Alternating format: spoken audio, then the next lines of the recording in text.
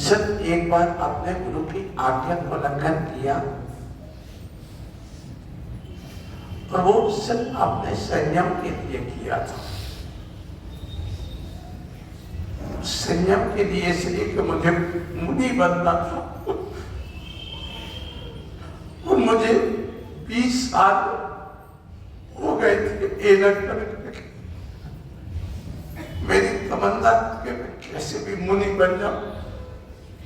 जब मुझसे नहीं हो गया, जैसे आज मुझे दुख हो रहा है उस दिन भी दुख हो रहा था, तो मैंने उस आज्ञा को न मानकर गुरुकुल अभिनंदन सागर जी के यहाँ गया। मुनि तो बन गया, लेकिन आज मुझे आप बहुत दुखी हो रहे। गुरुकुल तुम्हारी आज्ञा का एक बार उल्लंघन किया, क्षमा कर देना, क्षमा कर, क्षमा कर। बस मुझे और मैं आपके पास गया, आपने क्षमा कर दिया, पुनः मैं क्षमा चाहता। इसलिए गुरुवर आपकी कृपा से मैं यहां बैठा, लेकिन अंदर से मुझे साहस नहीं बना। आपको अभी क्या बोलूं, फिर भी आपसे प्रार्थना करता हूं, हे गुरुवर आप मुझे शक्ति दो। हे गुरुवर क्षमा करो। हे गुरुवर आपके पद चिन्हों पर चले, ऐसी मुझे शक्ति दो, शक्ति दो, शक्ति दो। 10वीं है, 9वीं को एक एक शब्द मुझे याद आ रहे हैं आज गुरु के। अच्छा, श्री का वो शब्द जो बार बार कहते थे, चौथ नवे और चतुर्दशी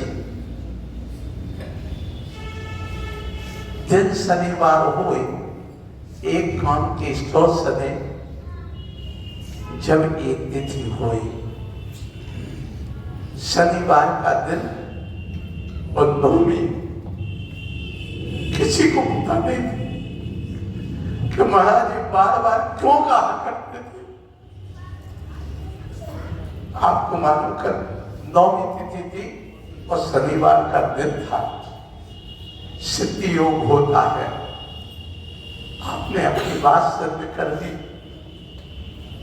एक गुरुवर रवि योग, सिद्धि योग, अमृत योग, इन सब में और भगवान आप ऐसे महान हैं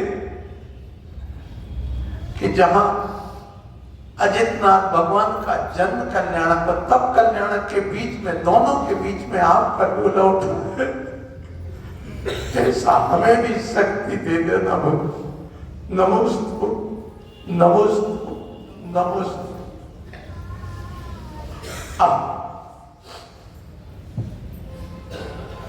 मैं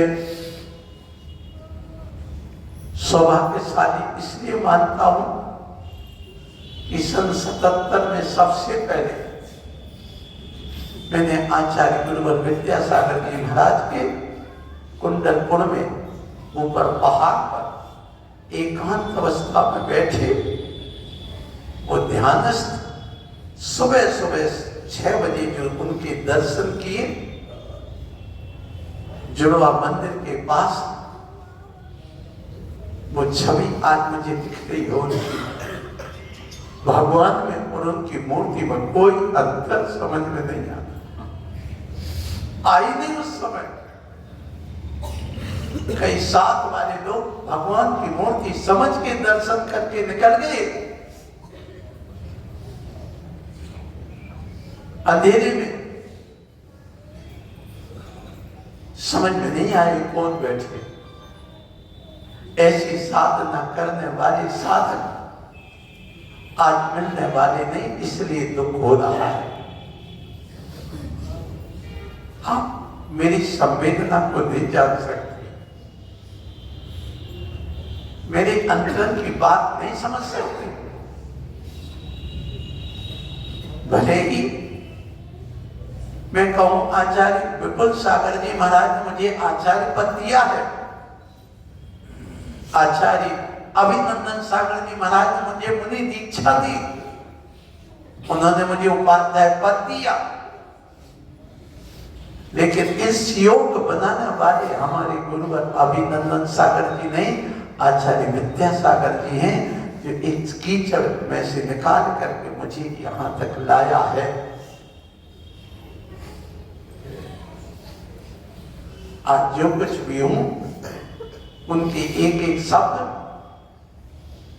आज मेरे अंदर गूंज रहे हैं। अभी से नहीं, जब से सुना है तब से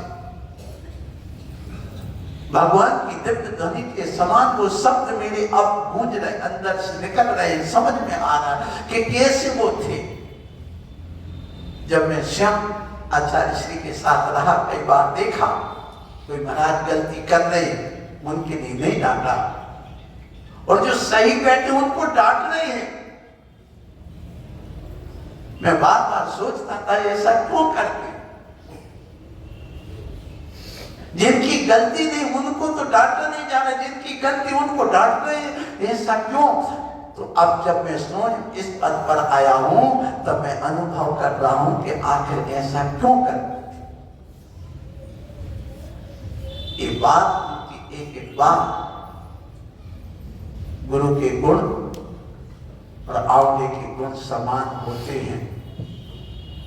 वो बार बार कहते थे, आंवला खाओ कसेला लगता है, और पानी पी लो तो मीठा होता है। इसी प्रकार गुरु जब कुछ कहते हैं, अपने शिष्य को तो कड़वा लगता है, लेकिन यदि समता रूपी जल से पी लो उसको, तो वही आपके जीवन को मीठा कर देंगे। तो मीठा किया है, मैं आप लोगों से कह रहा हूं। सो उन्होंने हरि को छोड़ा, लेकिन निरंतर हरि को भजा है। हरि को छोड़कर निरंतर जिन्होंने हरि को भजा है, जिन्होंने हमेशा देश के लिए दिया है, संघ के लिए दिया है, उन्होंने फैक्ट्री संतों की लगाई है। सैमी की फैक्ट्री जिसने अपने जीवन में लगाई हो, जिन्होंने हम जैसे पापी को कीचड़ में से निकाल करके और इस मार्ग पर लाया हो, जहां सब कहते हो कि तुम्हें IAS IPS बनना, और वहां पर आचार्य श्री विद्यासागर जी गुरुदेव के पास जाने के बाद सन 82 में जब मैं कॉलेज में पहुंचा, उस समय मुझे पता नहीं था कि मुझे मुनि बनना है, बिल्कुल नहीं पता था। हाँ, बचपन में खेल में जरूर बन गया, लेकिन उस समय जब मैं पहुंचा, उनकी उस चर्या को देखा, उनके पास रहा, कैसे हॉस्टल में जब स्ट्राइक हो गई एक मर्डर के कारण, तो मेरी परिणति देखी कि जीव की कैसी परिणति हुई। घर न जाके मैं नैना गिरा आचार्य गुरुवर विद्यासागर जी महाराज के पास पहुंचा, और वहां पर 15 दिन क्या रहा, वहीं व्रत लेकर के संयम के मार्ग पर बढ़ने की भावना बढ़ गई। मतलब ऐसा है कि एक व्यक्ति कोई कितना भी बेकार पहुंच जाए उनके चरणों में, एक डाकू भी पहुंच जाए तो भी वह सुधर जाता था। आपको वो दृश्य भी बताऊं, जब आचार्य श्री गुरुवर विद्यासागर जी महाराज सन 1977 में नैनागिरी गए, 76-77 में, वहां डाकू थे पूजा बाबा हरि सिंह, तो वहां पर कोई घुस नहीं पाता था। और वो आचार्य महाराज को पता चला, मात्र एक दिन बाकी बचा, सब समाज कह रही है आप यहाँ चतुर्मा चातुर्मास मत करो महाराज, हम लोग कैसे आएंगे, और बंडा चलो, दूसरे गांव चलो, यहाँ आहार नहीं लगा पाएंगे। ये पता चला उन डाकुओं को। सुन लेना आज तुम सब लोग कान खोल करके, वहां पर कहा जैसे डाकू को पता पूजा बाबा को कि महाराज जा रहे हैं नैनागिरी से क्षेत्र छोड़ करके, सोचो विचार करो, वो आए रात में, बंदूक टिकाई एक तरफ और उनको नमन किया कि महाराज श्री आपको चतुर्मास यही करना है, आपके कोई भी भक्त को आंच नहीं आने दूंगा, मैं रक्षा में रहूंगा, भक्षा नहीं करूंगा, रक्षक बन करके रहूंगा, आप चतुर्मास यही करिए। सुबह महाराज ने जैसे डिक्लेयर किया कि चातुर्मास यही होगा, और ऊपर पहाड़ी पर होगा, नीचे धर्मशाला में भी नहीं। सब लोगों की आंखों से आंसू आने लगे, रोने लगे, महाराज मैं क्या करूंगा यहाँ, मैं अपने प्राण खो दूंगा, मैं कैसे रहूंगा, आदि आदि बातें वहां पर आने लगी। लेकिन आचार्य महाराज की दृढ़ता देखो, उनके उस भावमंडल का, उनके मुख का प्रभाव देखो कि एक चोर भी, अभी तक हम कथा सुनते थे, एक चोर, एक डाकू सुधर गया उनके सुन करके बातों को, लेकिन वह छुप छुप करके सुनने वाले दर्शन रात में करके रोज को आने लगे। वो डाकू सोचिए विचार करे कितना विश्वास कि हमारे ऊपर, गुरु के ऊपर ऐसी कथाएं आज तक जो अभी सुनते थे, अब आगे जाकर के पढ़ने को आपको ये कथाएं मिलेंगी। मेरे जीवन की कम से कम में अब लिखूं आचार्य गुरुवर विद्यासागर जी के ऊपर, अभी कम से कम 200 संस्मरण तो मेरे लिखे रखे हैं, और इसके अलावा जब लिखने बैठूं तो हजारों किताबें, सारी जिंदगी निकल जाएगी, तो उनकी कथा पूरी नहीं लिख पाऊंगा। ये मुझे पता है, ऐसी महानता उनके अंदर है, जहां पर बिना बुलाए प्रधानमंत्री, मुख्यमंत्री, बड़े बड़े नेता बिना बुलाए जिनके चरणों में जाते, हम तो बुला बुला के परेशान को, कोई विधायक आ जाए, एक कोई पार्षद आ जाए तो नहीं आते, और जिनके चरणों में मुख्यमंत्री जैसे नहीं, प्रधानमंत्री जैसे, मोदी जी जैसे बार बार जिनके चरणों में जा रहा है, वो कितने महान हैं, ये ध्यान रखना। हम कहेंगे आज की इस दुनिया में तीर्थंकर से कम उनका पुण्य नहीं था। मुझे लगता है, पूरा विश्वास है कि आज की सभा को देखकर, आज के समाचार को सुन करके हमारे मोदी जी को भी राष्ट्र के लिए संदेश देना पड़ेगा, देना पड़ेगा, मुझे विश्वास है। मुझे नहीं दिख रहा क्या, लेकिन मेरी आत्मा कह रही है, मेरी आत्मा कह रही है, मेरी अंदर की आत्मा बोल रही है, कौन को भी कहना पड़ेगा कि हमारे देश में क्षति हुई है, ये देखो उस क्षति को पूर्ति होती है, ये नहीं कि नहीं होती।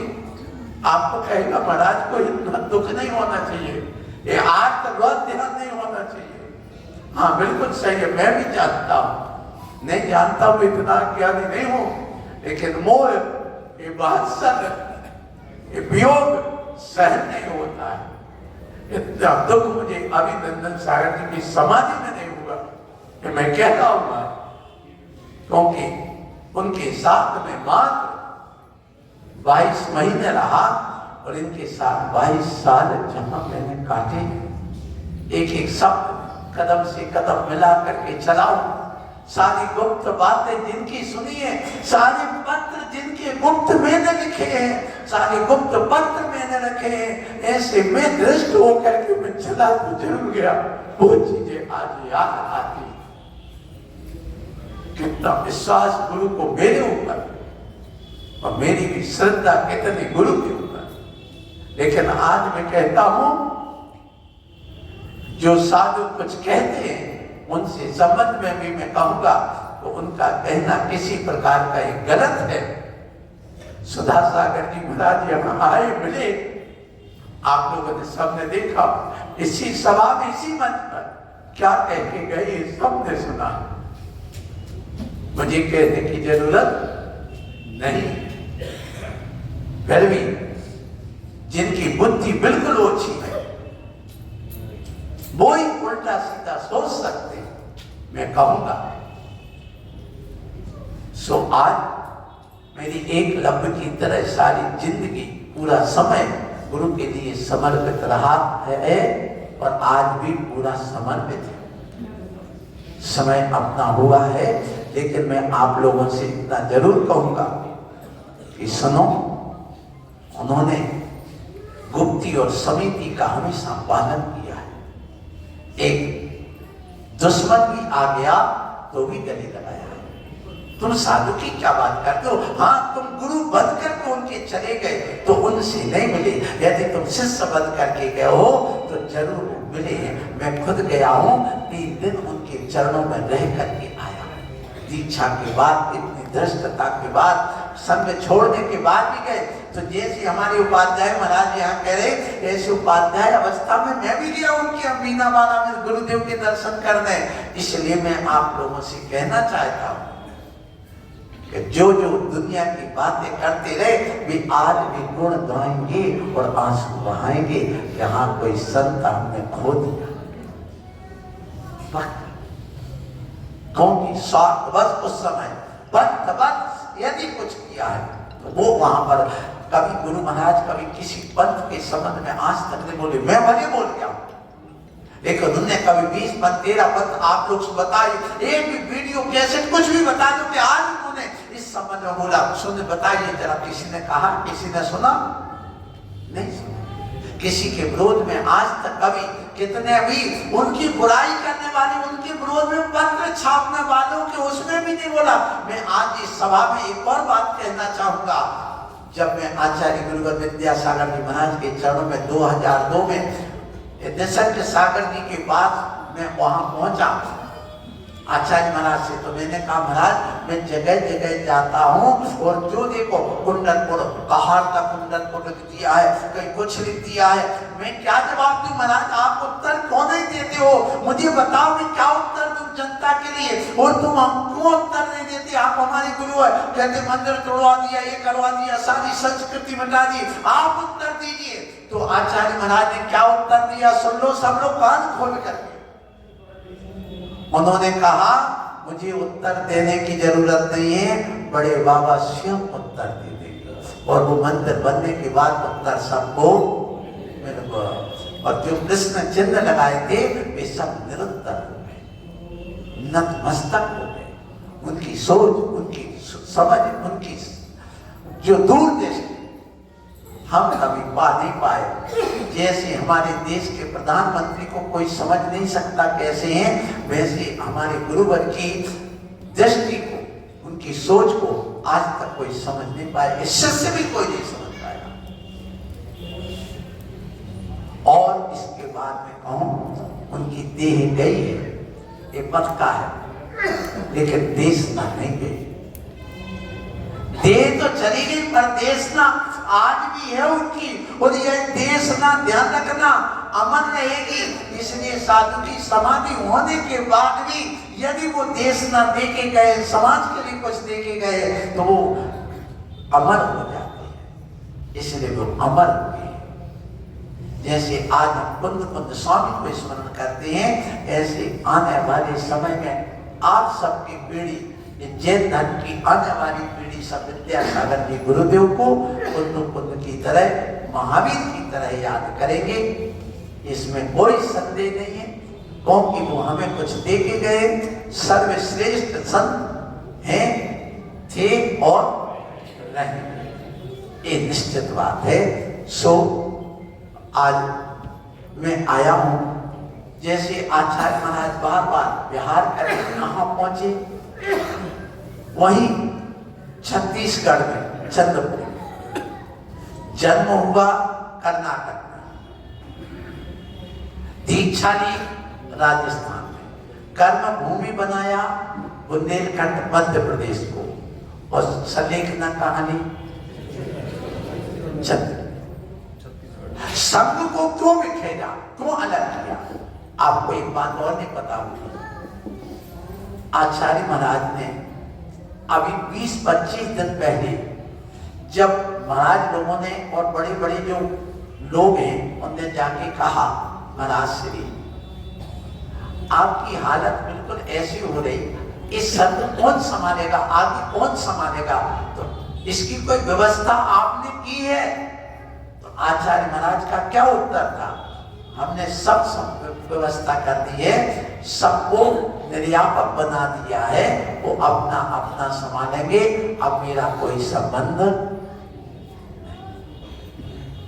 फिर अभी 3 दिन पहले देखो, आप लोग विचार करना, मीडिया से हमेशा परे रहे। हम तो मीडिया और साथ लेके चल रहे और मीडिया से बातें नहीं कर रहे। देखिए वृत्ति भाव देखिए, आज हम उनके गुण क्यों गा रहे हैं, वो सर्वश्रेष्ठ संत क्यों है, इसी वजह से। तो जब 3 दिन पहले उन्होंने अन्न जल त्याग किया, किसी वर्कशॉप पे आया, किसी को कहा कि मैं संलेखना ले रहा हूं, मैं पद त्याग रहा हूं, पद त्याग दिया, पद त्याग करके घोषणा भी कर दी, वो संघ में कह भी दिया, अभी कोई चर्चा नहीं। अब सोचिए, पद त्याग के वो सब करने के बाद 3 दिन और संघ को आगे आगे चल रहे, पीछे चल रहे और पैदल चल रहे हैं, और 2.5 किलोमीटर गए और 2.5 किलोमीटर वापस आकर के और वहां पहुंच करके रात में अपना प्राण पखेरु इस शरीर से निकल। कितनी गुप्ती, मैं रात तक बोलूं, शाम तक बोलूं तो भी पूरे नहीं होंगे उनके गुण, और वो जी पता है कि आपको भी उनकी संस्मरण सबको प्रिय लगे और लगते और लगेंगे, क्योंकि उन्होंने ऐसा काम ही किया है। सो आज एक विद्या युग समाप्त हो गया कि जिस योग में, जिस स्थिति में, जिस समय वो मोक्ष गए, अर्थात मुक्ति को प्राप्त हुए शरीर से, इस मर्यादा से, वो शुभ है, ये निश्चित है कि उनकी आत्मा सीधे सोल में स्वर्ग गई होगी और वहां से इंद्र बन करके, या फिर उनकी आत्मा 5वें स्वर्ग में गई होगी लोकांतिक के रूप में। ऐसी निर्भय निष्प्रय गति वाले लोकांतिक बनते हैं और वहां से आकर के वो विदेश क्षेत्र गए होंगे, हम यहाँ रो रहे हैं, उनके विकल्प जान कर रहे हैं, और वो वहां पर भगवान की दिव्य ध्वनि अभी 12 बजे खट रही है, और वो बैठ करके देव बन करके सुन रहे होंगे। ये पूरा विश्वास, आत्मविश्वास है। उनकी क्रियाकलाप, उनकी जो साधना है वो बताती है, और ये आगम भी यही कहता है। सो ऐसे महान आचार्य जिन्होंने बहुत सारी उपलब्धि कराई है, उनके लिए मैं ज्यादा नहीं कहूंगा, क्योंकि 12 बजे हैं, मुझे भी अब उसी साधना में लगना है जो गुरु ने की है। समाधि सामायिक अपने आप में समाधि की साधना है। पंचम काल में जो 5 प्रकार के मरण कहे गए हैं, बाल मरण, बाल मरण, बाल पंडित मरण, पंडित मरण और पंडित मरण। पंडित मरण अरहत परमेष्टि का होता है। पंडित मरण एक दिगंबर मुनि का होता है। बाल पंडित मरण एक जो वृत्ति घर में रहने वाला आरिका, छुल्लक, छुल्लिका आदि इनका या वृत्ति का होता है, प्रतिभाधारी का। और बाल मरण सम्यक दृष्टि का होता है, और बाल मरण एक मिथ्या दृष्टि अज्ञानी का होता है। इसलिए ध्यान रखो, इस साधना हमें सबको करना है, हम सबको करना है, आगे बढ़ना है, कर रहे हैं। आप भी भावना करिए कि एक दिन हमारे लिए भी यही अवसर मिले, हम भी ऐसे संलेखना की ओर बढ़ करके संलेखना धारण करें। हे गुरुवर, ऐसी शक्ति देना, आपके लिए हम नमन करते हैं। आपको शिष्यों के प्रति मोह नहीं रहा, वात्सल्य जरूर था, पर सभी शिष्यों को आपके जाने के बाद भी वही मोह है जो आपके साक्षात रहते था। ऐसे मोह से आप निर्मोही की ओर गए हैं, और निर्मोही मोक्ष की ओर जाता है। सो ऐसे महान आचार्य गुरुदेव को, जो सूर्य के समान थे, हम तो सब सितारों के समान हैं, आचार्य सूर्य के समान होते हैं। एक सूर्य का अस्त हुआ है, ये निश्चित बात है, लेकिन वह हमें आगम का प्रकाश देके गया है, रत्नत्रय का प्रकाश देके गया है, जो कि उस सूर्य के अभाव में हमारे जीवन में काम आए। इसी भावना से ओम शांति, ओम शांति, ओम शांति।